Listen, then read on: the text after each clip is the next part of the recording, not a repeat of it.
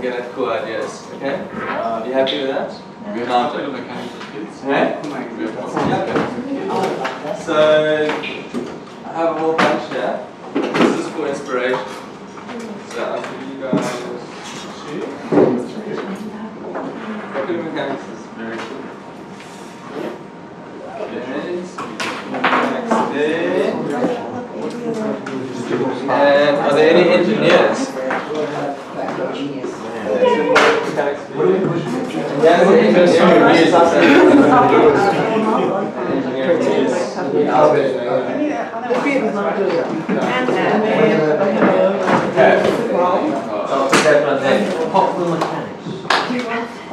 Right. Is there anybody in here?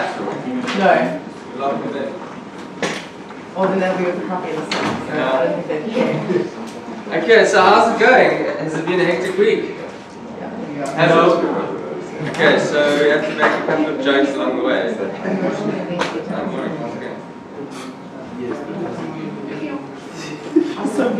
Tomorrow? I don't know.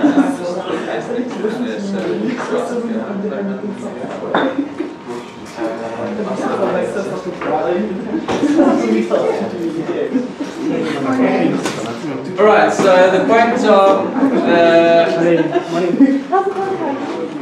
so it's nice to be on a Saturday morning, guys. Thank you very much. It's nice. At least it's a winter's day and the sun is not looking that good. So. Is everybody well? Okay. So the point of the popular mechanics is really to give you guys some ideas. I'm going to do a couple of exercises. I'm not going to talk so much all the time. So I want to break up the quite theoretical stuff that we're going to be going through today, which is on something called sustainability transitions. Has anybody heard of sustainability transitions? You should have, because it was in the reading.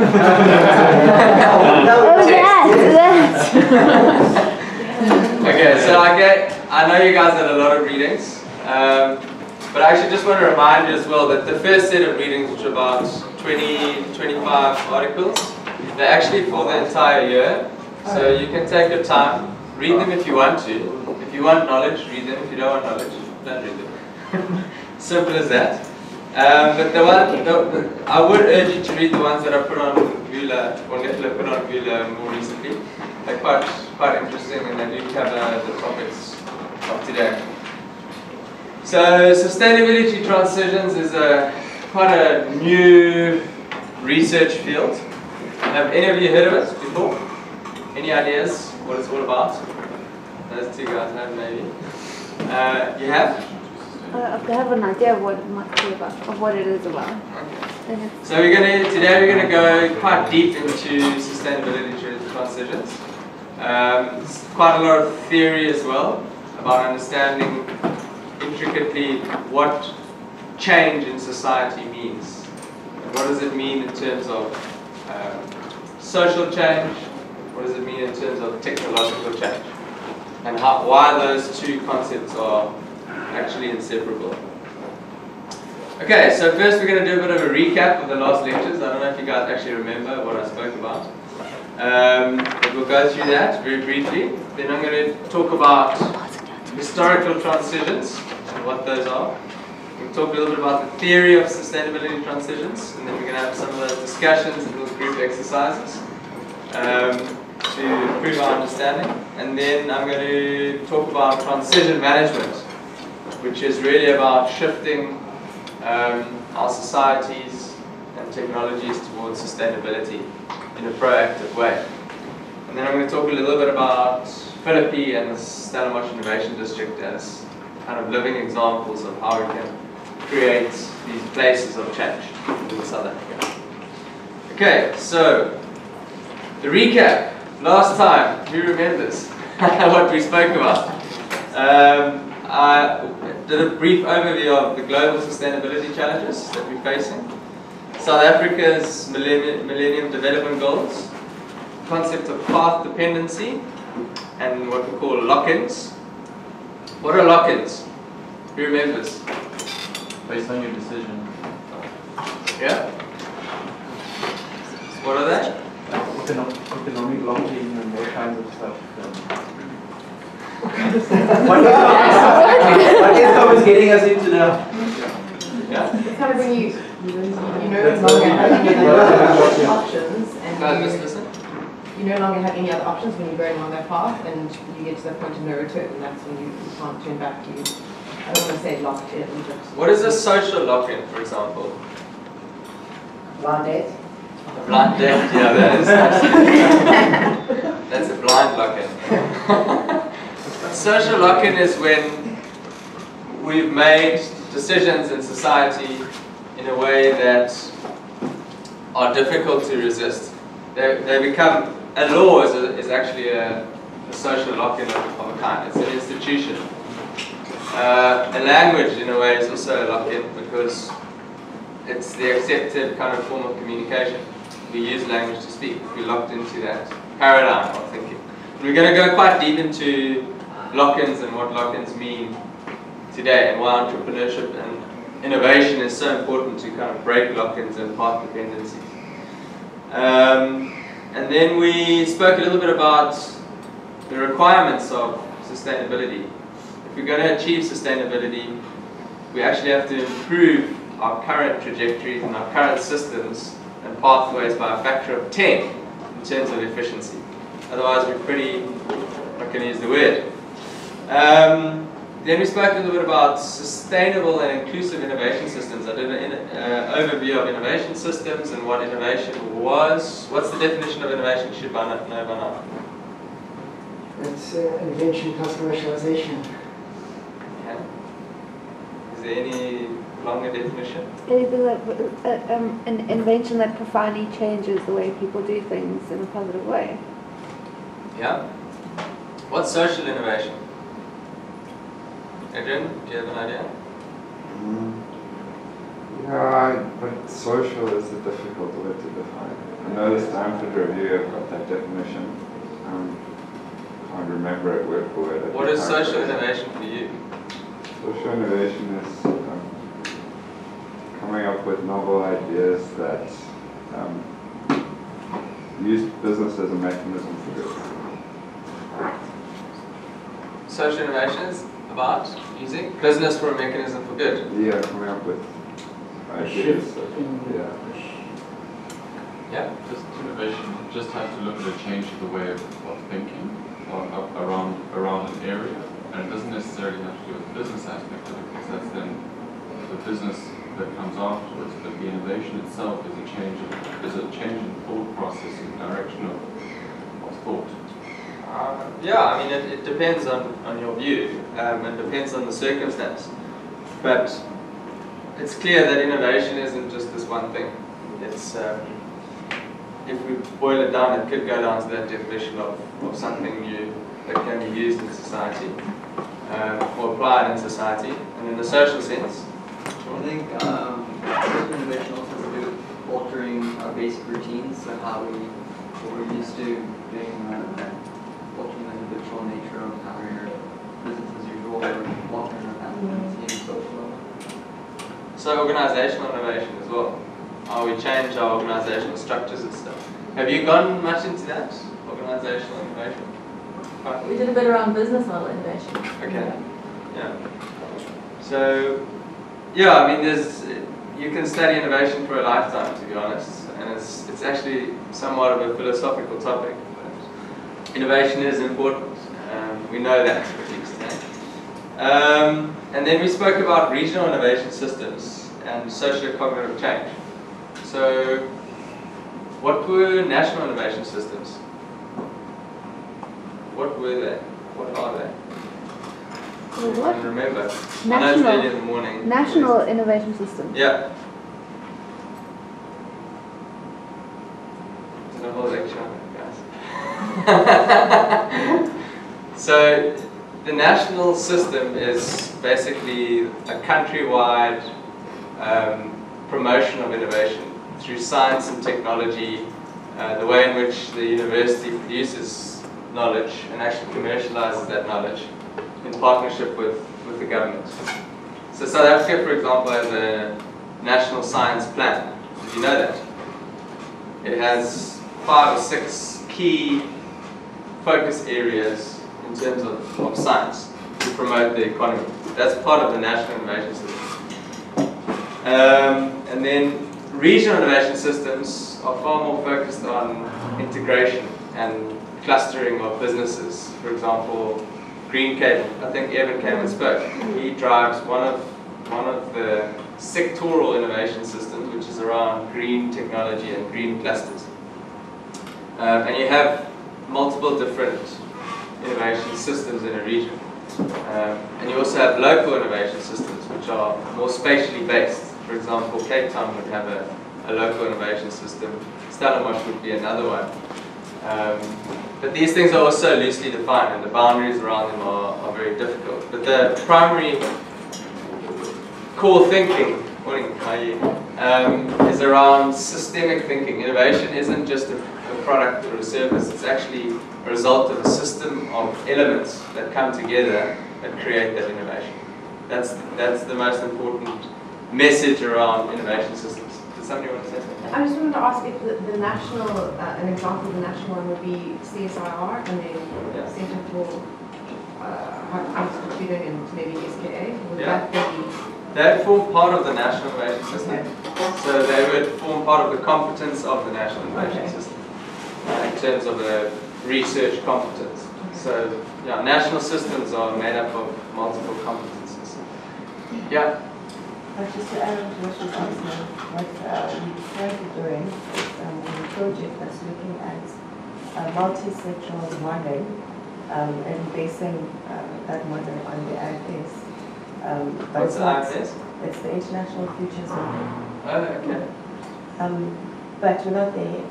But the idea is to somehow impact how we make decisions nationally and ensure that the trade-offs between what's economic, what's ecological, and what's social, we're trying to manage the trade-offs between those three so that whenever we make a decision, we know how it impacts eventually on the multi-sector model.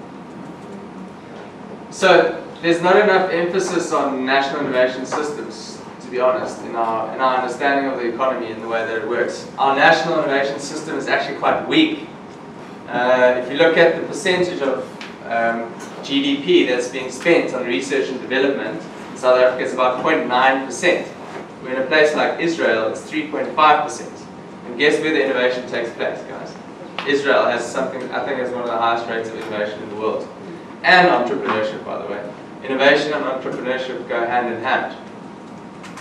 So that's the reason that I've been giving these lectures, is to frame the understanding and the importance around entrepreneurship, why entrepreneurship is so important. And at the end of my lecture, I'm going to show you a little video about the importance of entrepreneurship today by a guy called Ernesto Ciroli. Have you heard of Ernesto Ciroli? He was an aid worker from Italy, and he has years of experience of development and sustainable development in Africa. Right, and then the last thing, which was really quite important, was around cognitive change and what cognitive change is all about. So we all, like language, have perceptions, and we all have our own mental perceptions of reality. And sometimes our mental perceptions drive certain behaviors and group behaviors, which become what we call socio-cognitive institutions within society. And these frame our behaviors, but also drive our technology choices. And our technology choices have impact on society again, and our technology choices also have impact in the performance of our economy and also on the environment. So a lot of what I was trying to say in my last lecture is around our thinking and the way in which we think and the way in which we engage with each other, first of all, the way in which we engage with science and new discovery, and how we actually develop new socio-cognitive paradigms around sustainable development. And we, as a group, need to understand what our own socio-cognitive paradigms are to be able to become change agents or shift. Right, that was a 2-hour lecture summarized. Should have done that last time, eh? Anyway, so do you remember this? So these are the South African Millennium Development Goals. Who actually read that report? It's quite interesting stuff actually. If you get time, you've still got time to read that. Because now we're actually reaching those goals. We're supposed to reach those goals in 2015. And as you can see, we've still got a lot of challenges in South Africa. And we've got this additional challenge of energy. And we're going to talk a little bit about energy challenge in South Africa today. Do you want to ask them? Oh, okay. Do you remember this slide? Around the different cycles and changes through time, and how we have, these are called long-run economic cycles. Through time we have what we call different techno-economic paradigms that actually inform how we behave and interact as society as well. And this is another way to look at it in terms of the innovativeness of the globe, and the rate of innovation has gone up tremendously. And we're sitting around here, which is the new sustainability paradigm that we're sitting in, and you guys are driving. So this is quite an exciting paradigm, and we'll see where it takes us, and if we're actually going to be able to meet the new Sustainable Development Goals, which are the next 15 years targets of trying to reach sustainability. Do you think we're going to reach it? Let's have a vote. Who thinks that technology and human ingenuity is actually going to be able to solve the problems? Who says yes?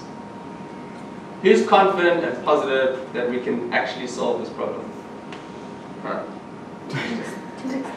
Okay, who's the naysayers? Why? Let's hear from Nikhil. You won't solve the problem, I think just delay the inevitable. Doomsday. Okay, what's the inevitable?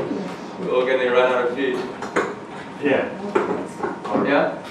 Well, I mean, I think I saw an article the other day that said they were, around the world, I think there are going to be 1,000 new coal-fired power stations. Okay. And I think with development, with increasing, certainly India, China, Yeah. growth of, say, towards the middle class and that, I just don't see that the sustainable side is going to catch up with the other, what's happening. This is very interesting because obviously, clearly, we're innovating at a really good rate, and we're building new coal-fired power stations and new technologies and hyperloops and hyperlinks and going to space and carbon nanotubes. Look into that magazine there. Some interesting stuff. But is it going in the right direction? And what is driving technology into a certain direction? What do you guys think it is? Lock-ins. Say again? Lock-ins. Lock-ins. Yeah. Funding from corporates to basically agenda environment. As well. But it's also about a certain paradigm of thinking. It's a certain framework of reference in our minds, not in the minds only of individuals, but in the minds of corporate leaders, as you say, of researchers. That whole innovation system actually needs to change its direction if we're going to shift the economies. Sean, did you want to say something more? Yeah, I was just saying, I think technological reactions to current paradigm are, they're not actually addressing the cause of how we interact with each other and how we interact with the world, and they're very symptomatic answers that aren't gonna, they're not gonna actually sway human nature and human connection with the earth and each other, which is actually what we need if we're gonna build any kind of new paradigm. And it's gonna catch up with us. Correct. I think it's an easy way out. I think saying technology is going to save us all is just a distraction from actually looking at fundamentally what we're doing wrong and fundamentally our values. Yeah, another better one than technology is, don't worry, we'll pay for it. We'll just fix the problem with money, because that is a serious paradigm of thinking at the moment. Even in South Africa all the time, and I'm going to show some examples of that. You know, we don't have enough energy, let's build a new coal-fired power station. Is that really the right way to think of things? I'm not going to say something. Is it not possible to say though that, I mean, if you look at periods of greatest innovation have also been some of the most difficult periods of mankind. Therefore, the problem actually needs to get worse and worse and worse. Once it gets bad enough, we will create what is needed, or we will make efficiencies that are needed in order to be able to overcome that problem. Correct. You raised something very important. So crises. Crises actually create the opportunities, or what we call, and I'm going to talk about it in my lecture now, around opportunities for other innovations to take root.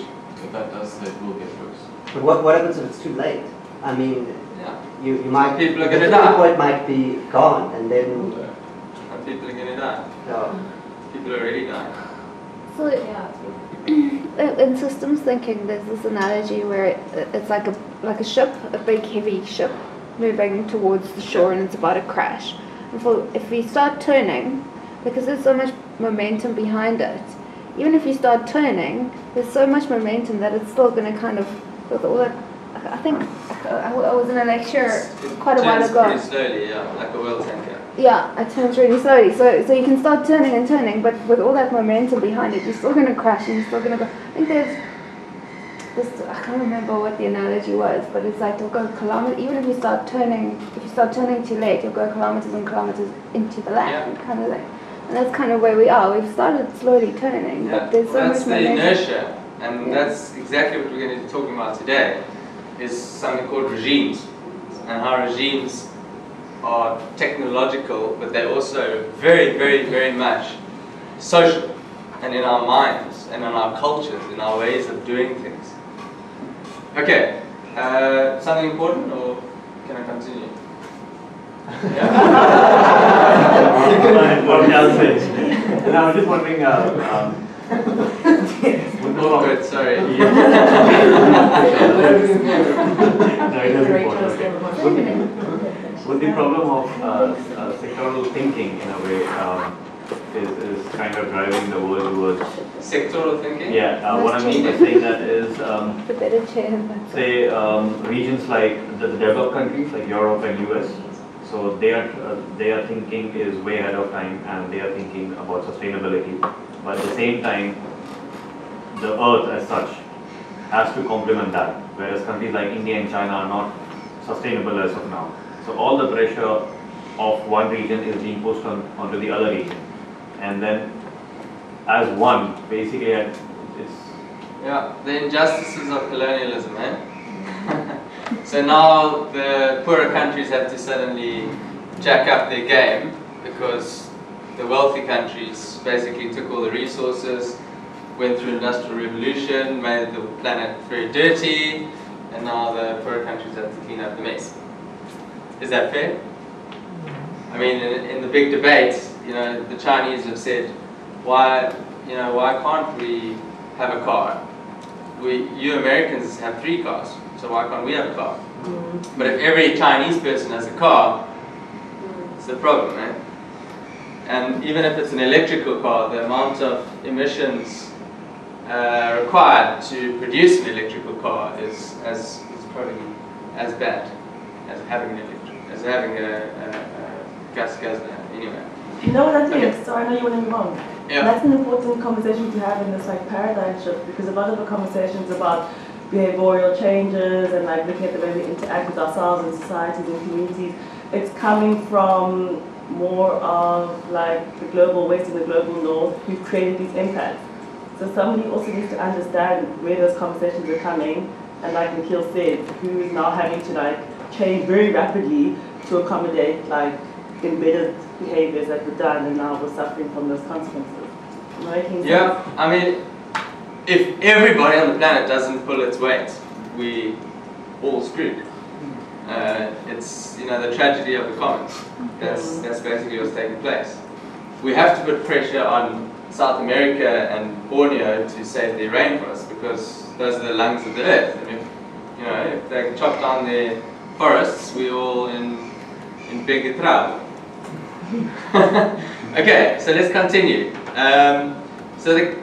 Another key message, and this is now moving into sustainability. We got to move stuff. We got to change things drastically, and we have to change things drastically by a factor of 10. At the moment, it's around a factor of 2, maybe. And because we fixated in this paradigm of incrementalism, we don't think out of the box. We don't create new systems altogether. We improve current systems. Okay? And improving current systems is not enough. We're going to have to do radical stuff to be able to change and meet sustainability within the next 50 years. Right, so this brings us to the first little workshop. We've already spoken about this quite a lot, but try and break it to groups of about, how many are you again? 20? 19. 19. Okay, so groups of 5, 4 and 5. And then let's try and, you don't need to use the popular mechanics quite yet, but let's have a little discussion around this. What are the major things globally and locally and socially that really need to change if we're going to meet sustainability? So just jot down the 3 most important ones for each of those. Say again? 4, groups of 4. Yeah.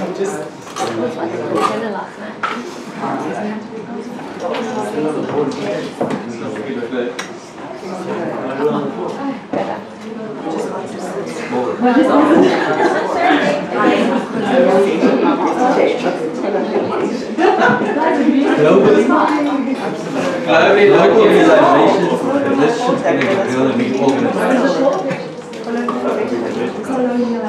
that one. Okay, I thought you were making up a YouTube. But me. I'm recording the session. Things that are impossible, pretty much impossible to change through any human intervention. And then I'm going to talk a little bit about a theoretical perspective about understanding the dynamics between these different levels of change. And then I'm going to end off with transition management, and we're going to do a couple of exercises along the way. Alright, back in time. Who remembers this? None of us. Okay, so this was this was in New York, I think. Oh no, this was in Europe actually. I think. But Russia. Okay, so this was the dominant form of transport back in the 1800s or so. This is in Sweden actually, which is one of the first trams. Obviously we went from horse-drawn carriages and horses to kind of carriages, and then we moved on to rail-like systems that started transporting people. But who can think why people in this society actually started thinking about alternatives? What was the problem? Because of horses. Maybe keep the horses in a city. Yeah, the cities started becoming more and more congested. And that's poo. And there were so many horses, and I think this is in New York actually, so many horses that it just became unmanageable. All the shit became unmanageable. And really, it did. And they had teams of and groups of people thinking about how to solve this shit problem. And they're like, yo. So one of the solutions was, like get more people into one car behind one horse, so we have less horses. And then eventually, 1 or 2 clever guys, started thinking, okay, let's think about sanitation for horses. Get these guys clean. We'll have groups of people cleaning the streets every day in the mornings. And it worked for a while until more and more horses came in, and the system just reached a point of no return, and it wasn't viable to continue in this way. So they actually started banning horses, and they needed to think of alternatives. And this is what we call the horse carriage regime. okay, which came under pressure, which really came under a lot of pressure, and one of the first cars was invented. This was a solution. This was a solution to public transport back in the day. Very, very nifty. I could drive around one of those. And this became the Model T Ford that we know of today. And this replaced public transport in cities. It also was a status symbol, of course. But there was no longer a ship problem in town. But this transition took a long time. And it also wasn't something that just took place by replacing the horse. I mean, there was resistance from the horse owners, obviously. There was resistance from all the carriage guys. But eventually the carriage guys and the car guys actually came together and they helped design some of the carriages in the cars of the early days as well. But it wasn't just, you know, the horses that went. Actual roads changed as well. So the supporting systems around supporting horses, all of that changed and slowly changed towards supporting cars. Okay? And this metaphor we're going to use throughout the day around transportation and fossil fuels, and how that's one of the greatest regimes that we have today is car transport. It's grown from horses to a problem on a global scale that's actually threatening our own existence. Okay, so this is what it became, car transport. And then this is New York in, I think, about 1920, 1940, around there. Another transition was sailing ships to steamships. Sailing ships were the dominant form of trade back in those days. And it was the dominant technology. And the British were, with their empire, you know, ruling the roosts when it came to shipbuilding, the skills around shipbuilding. The economies were based on your ability to build ships and sail around the world and conquer and be imperialists.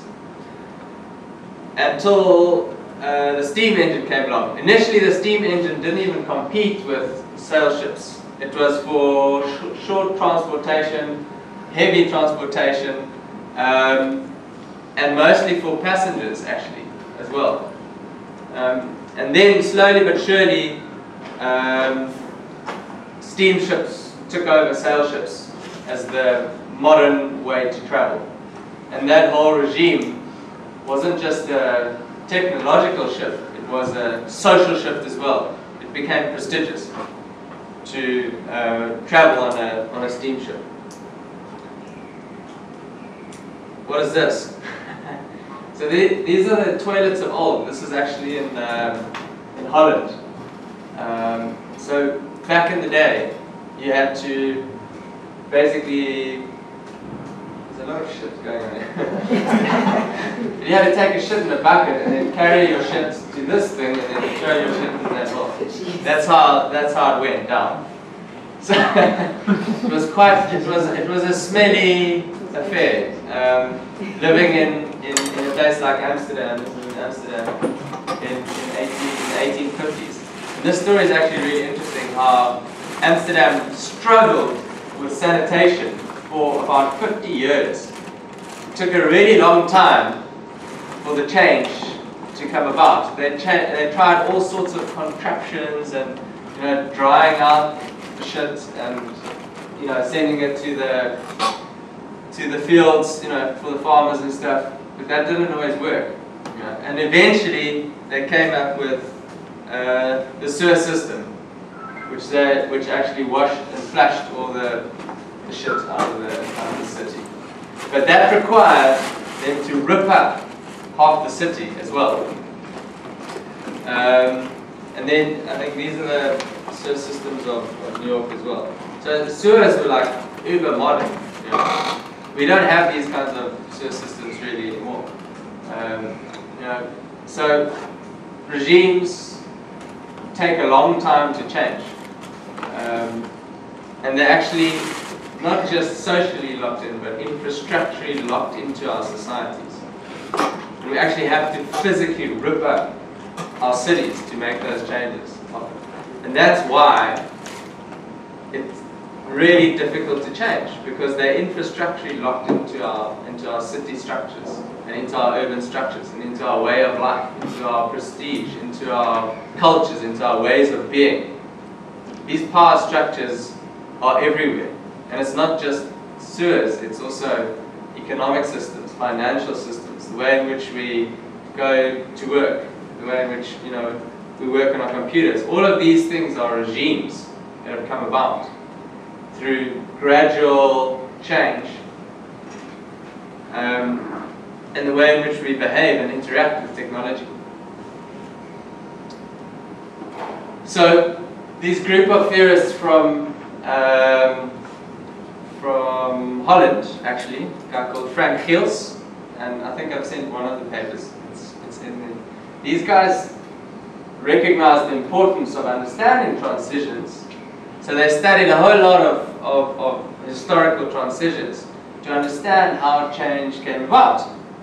And the importance of that is to understand how we could potentially manage our current regimes towards sustainability.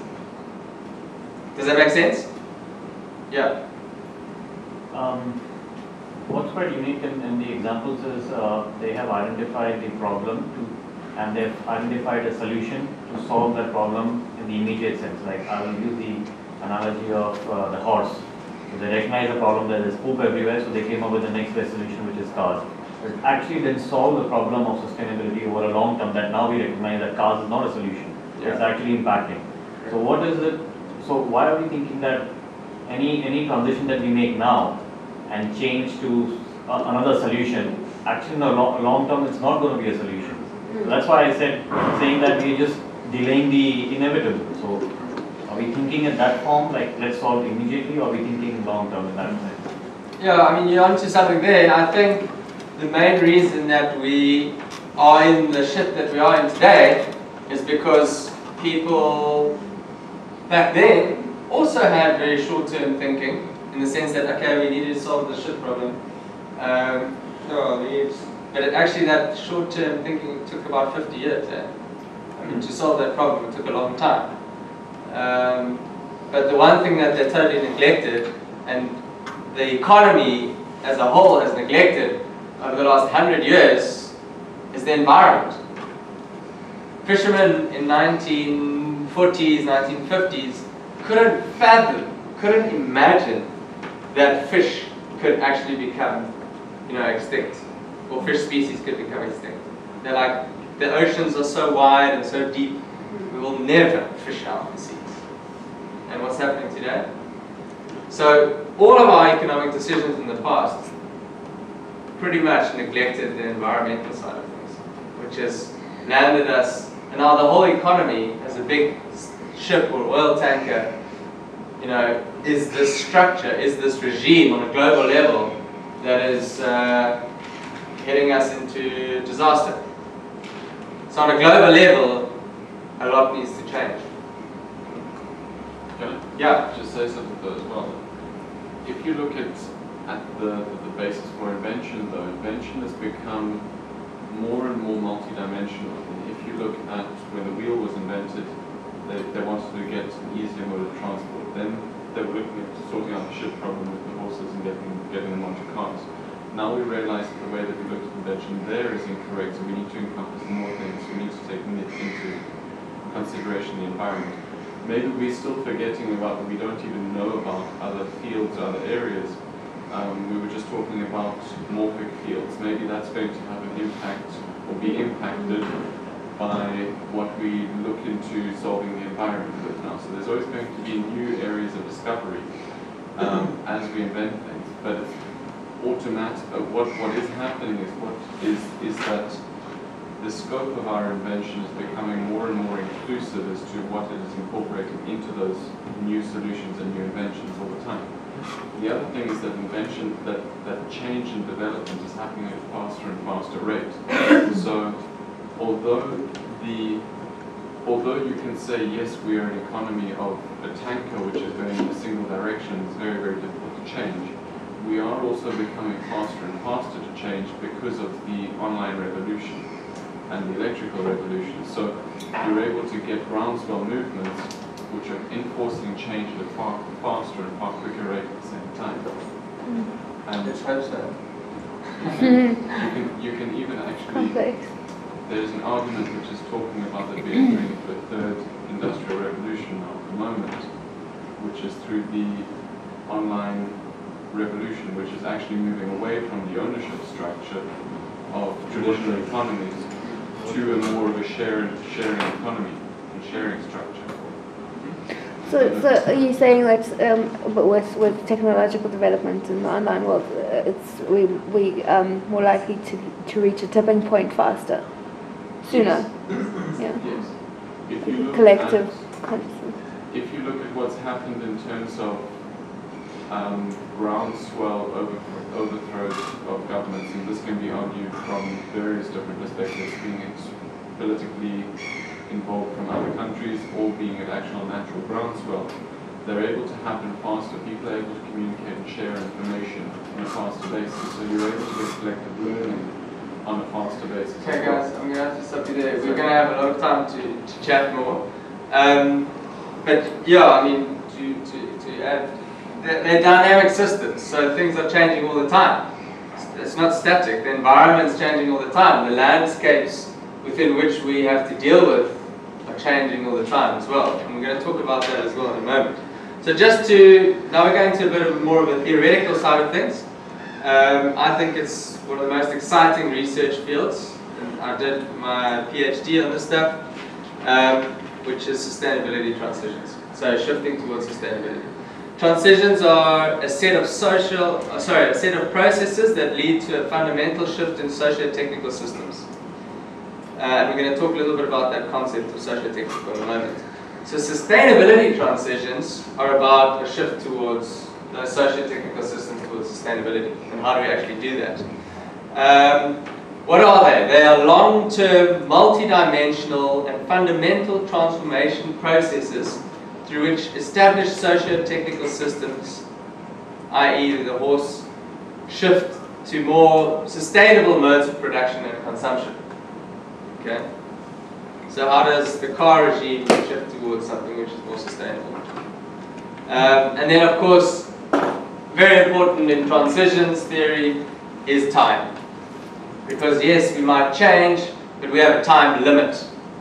And I'd say that time limit to shift things in about 30 to 50 years. So the role of innovation is going to become super important. And the role of activists and the role of entrepreneurs probably even more important.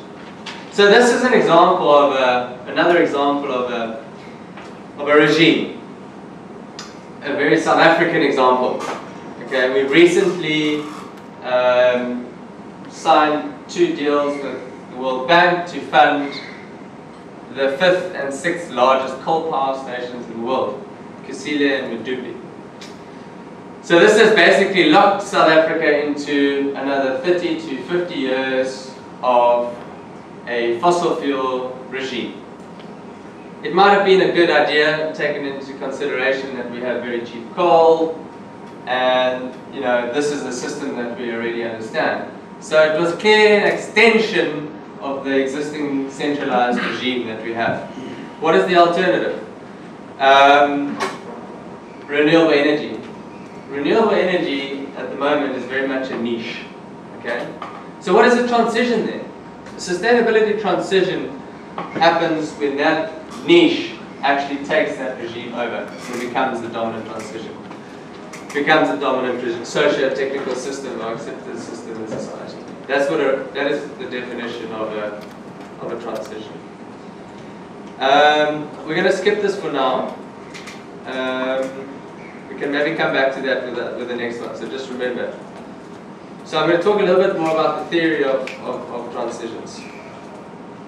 So structuration theory is about understanding, which I mentioned earlier, the almost invisible structures, the taken for granted perceptions that we have of the world. The very things that you guys said we need to change. They're hidden, but they're there.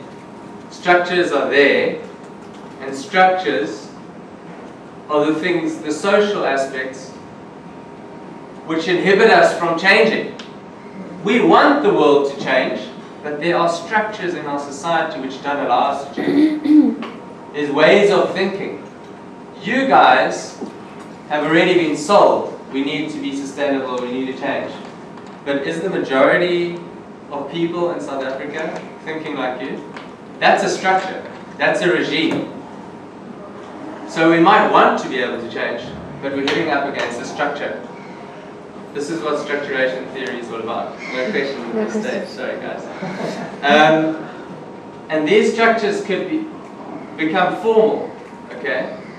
And these are laws, policies, the ways in which governments make decisions are formal structures that have come about through time, through our parliamentary system. Normative is about, within our society, what we think should happen. Okay? What we think is acceptable behavior, that's a normative structure. It's okay to eat McDonald's. That's a normative structure. Until they find that McDonald's is actually made from cardboard, which it probably is. Then people might stop eating McDonald's. Cognitive institutions are very similar, but in my definition, it's about what we learn, and what we learn at schools, and what we learn in courses like this, that reinforce normative and formal institutions. So what really needs to change? What really needs to change, and how do we actually activate that change? How do we change the structures? It's going to be interesting. So we have social systems. This is a really good example of a social system. You have not yet become a structure because you are all individuals and you have different ideas and you have different perspectives and thinking. You have a loose arrangement of ideas. You become a structure. Sorry, my computer's frozen. Okay, so social structures is when your ideas, when you stop competing and it becomes the norm. Everybody in the group kind of stops giving their opinions about things because everyone's decided that that's the way it has to be. So then you become a social structure and you actually become a threat to another group. Or you might link up with another group which has a similar way of thinking. Then you become a more powerful structure. And that's how structures are actually formed within our society. So the structure of thinking, and it's really interesting how it's related to communities as well. Why certain communities have totally different cultures. Another example is the bylaw of municipalities. Why do some municipalities not allow the sale of alcohol, whereas other municipalities do? What is that? How did that come about? It's because of differences in group thinking and differences in structures. So you see the problem is very not perverse. Pervasive. Pervasive. It's a pervasive problem and it's complex. And there are social structures in different spatial locations as well, across the world. And at different levels. They exist at different levels. So there's even a national kind of societal structure, which is the norm, which is a difficult thing to change. And this is an interesting way of thinking about inequality. You know, what are the social structures that we have in our society which are impeding, equality? Maybe it's a cognitive thing, maybe it's an education thing, but there are certainly still racial tensions, and why is that happening? You know, that's a cognitive structure that we, as groups and as people, have created. We've invented that, and this is where I think social innovation is so interesting, because it unpacks that and it tries to understand that and it sheds a light on that. You know, how we actually create structures in which we think, in which we operate, and in which we do. And more interesting, in sustainability transition theory, they suggest that these structures actually shape the economy, and these structures actually shape science and technology programs, and these structures actually shape the outcomes of technology, which have an impact on the environment at the end of the day. And more importantly, is that technology is not only a structure of society, it's not only a social structure, it's actually a social structure embedded within technology as well. We live in technology. We live in technology. Houses are machines for living in. Cars are our transport homes. They're technologies. Glasses is a technology. Technologies live on us. We are part of. How can we separate from technology? Technology and society, and if you guys want to read some really interesting stuff, it's quite philosophical, a guy called Bruno Latour. Have you heard of Bruno Latour? And he invented this concept of actor network theory.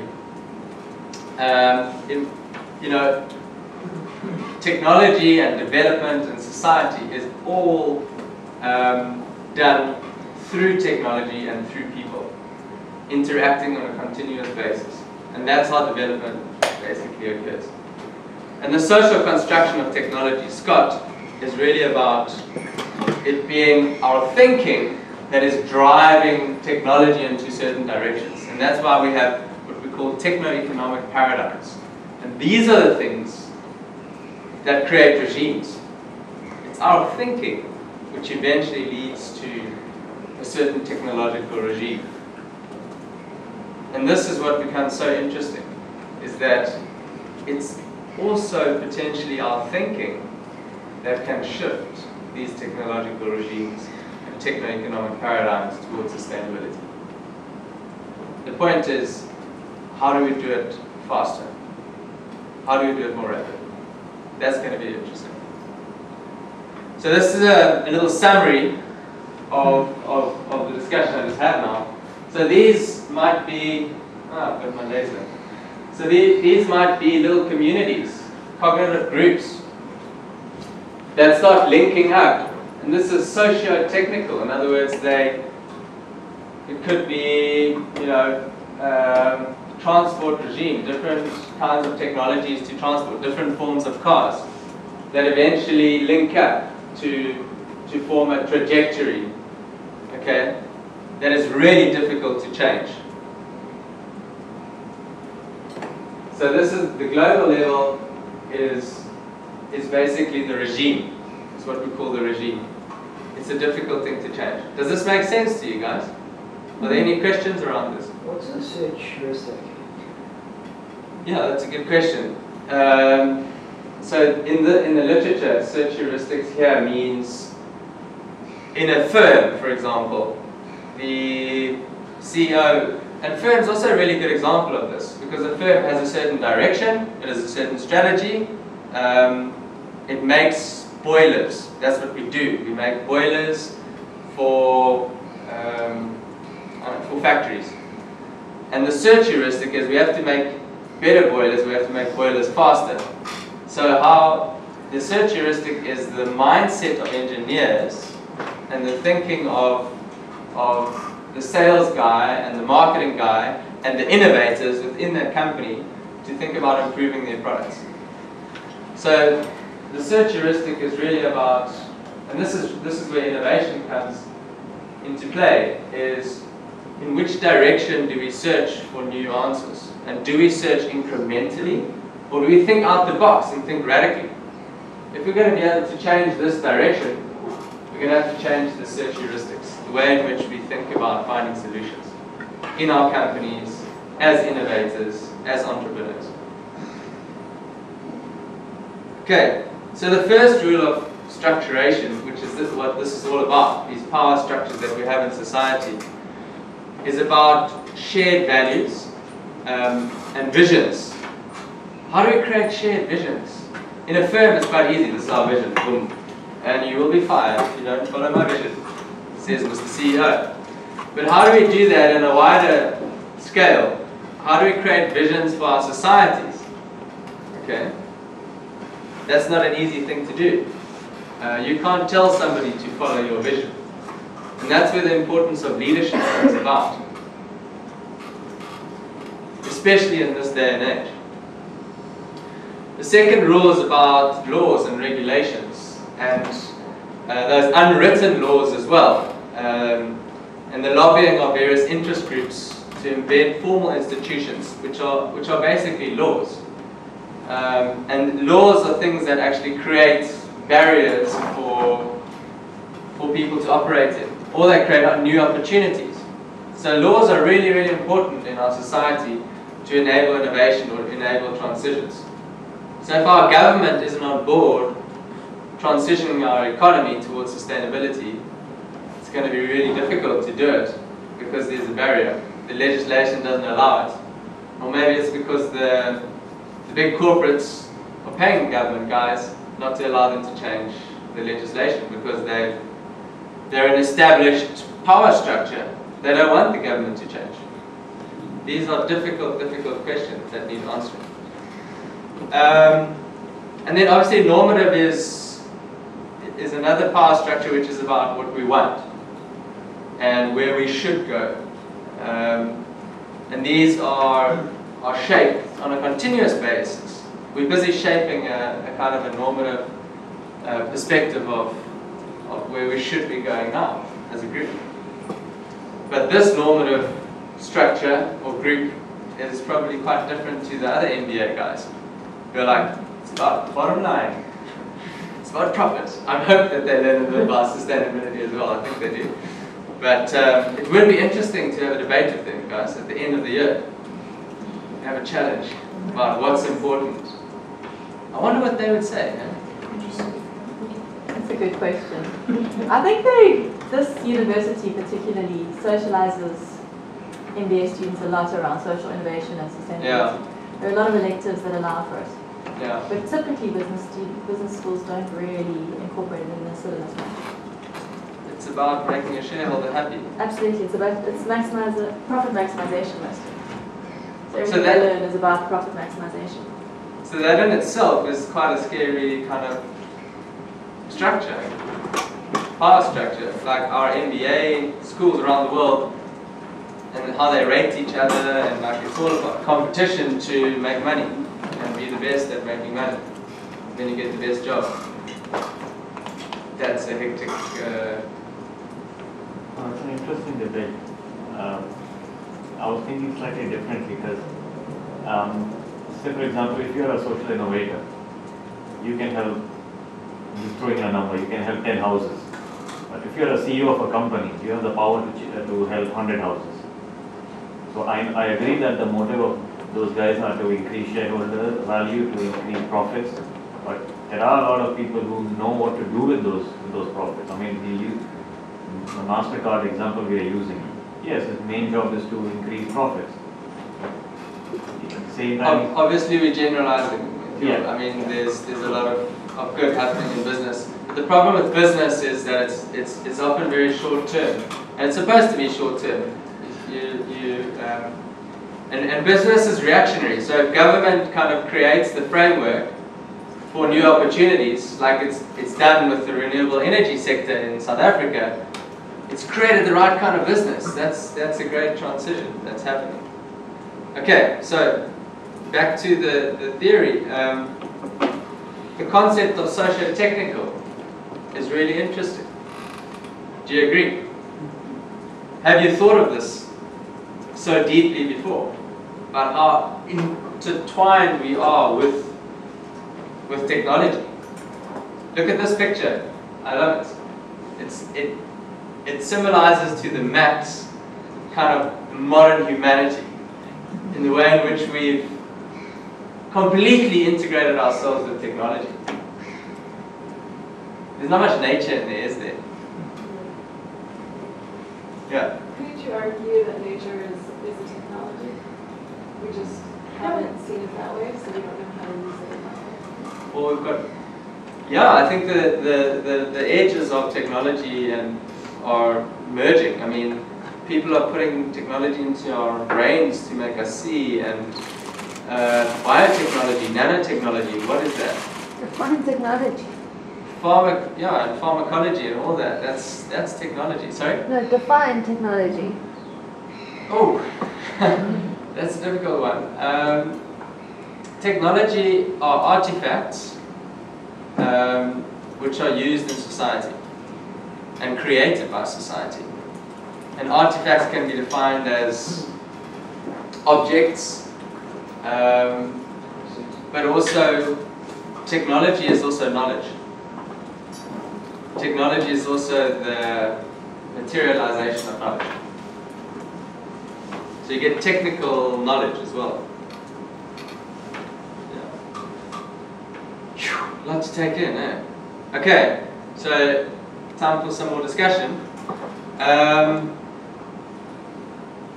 That's exactly what I was asking. That's what you were asking. So let's have a little brief discussion. If you guys want to go, you need a blue break, what do you say? If you want to, you can go quickly. You